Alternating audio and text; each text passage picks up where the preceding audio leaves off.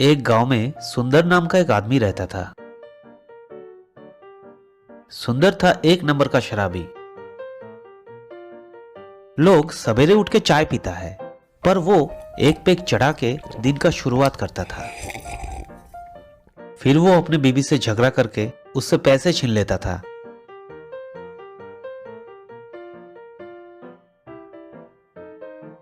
और घर से निकल के दारू का ठेके में जाके फिर से पीता था।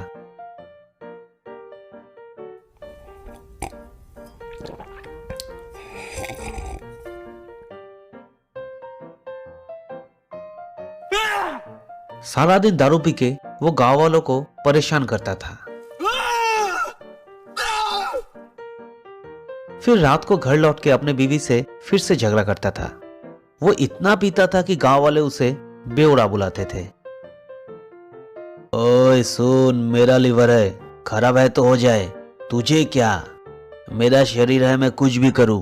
तू ज्यादा ज्ञान मत झाड़, खाना लगा दे जल्दी।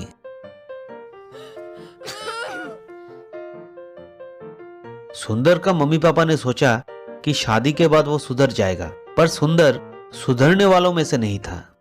सुंदर के पापा कभी कभी सुंदर के बीवी को बोलता था, बेटी हमसे भूल हो गया है, हो सके तो माफ कर देना। हमने सोचा कि शादी करके ये सुधर जाएगा, पर ये नहीं सुधरेगा। तू ही कुछ कर सकती है। हम लोग गुजर जाने से पहले चाहते हैं कि ये सुधर जाए। सुंदर का बीवी कमला बहुत ही अच्छी लड़की थी। वो दिन भर लोगों के घर में काम करके महीने का 6,000 रुपया कमाती थी, और सुंदर का ऐसा स्वभाव के बाद भी उसे नहीं छोड़ा। कमला हमेशा सुबह मंदिर जाके भगवान से प्रार्थना करती थी कि उसका पति सुधर जाए। एक दिन की बात है, सुंदर शादी का फंक्शन में जाके बहुत पी लिया। उसका ऐसा हालत हो गया कि वो चल भी नहीं पा रहा था। गांव के कुछ लोग उसे घर पहुंचाने का ऑफर भी दिया, पर वो उनको गाली देके भगा दिया। वो अपने घर के तरफ अकेले रवाना हुआ।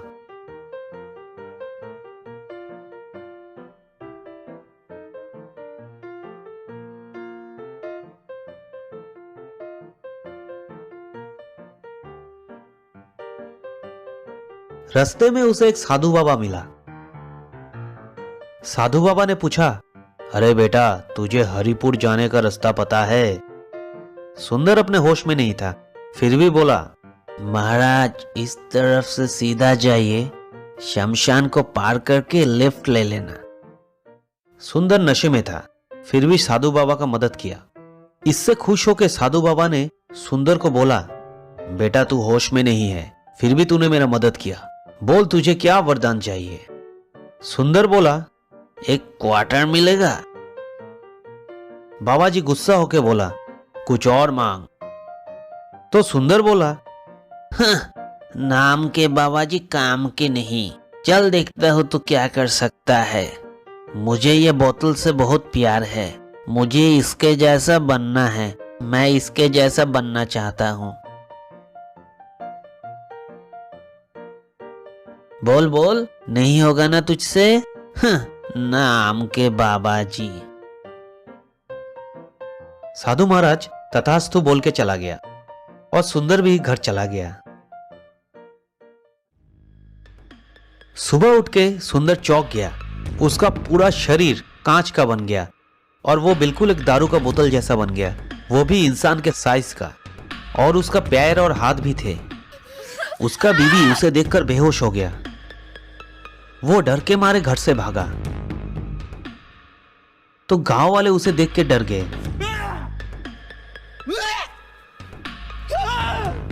सब उसे राक्षस समझ के भागने लगे। उसका मुंह नहीं था, तो वो कुछ बोल नहीं पा रहा था। सभी उससे डरे हुए थे, तो कुछ गांव वालों ने प्लान किया कि ये जिंदा बोतल को पत्थर मार के तोड़ देना चाहिए। तो कुछ देर बाद पूरे गांव के लोग उसके पीछे पड़ गया पत्थर लेके। सब उस पे पत्थर फेंकने लगे। इससे बोतल का कुछ हिस्सा टूट गया।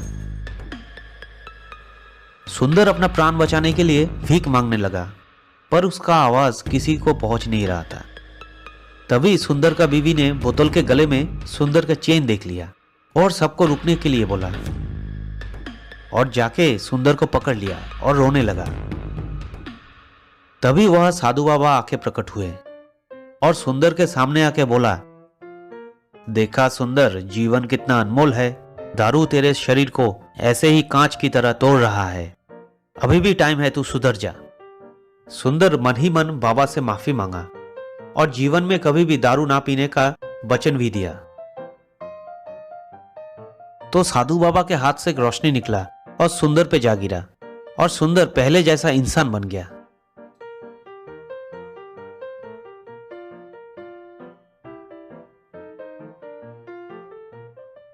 गांव वाले घटना देख के बहुत खुश हुए और तालियां बजाने लगे। उस दिन से सुंदर बिल्कुल सुधर गया और वो लोग खुशी खुशी रहने लगा।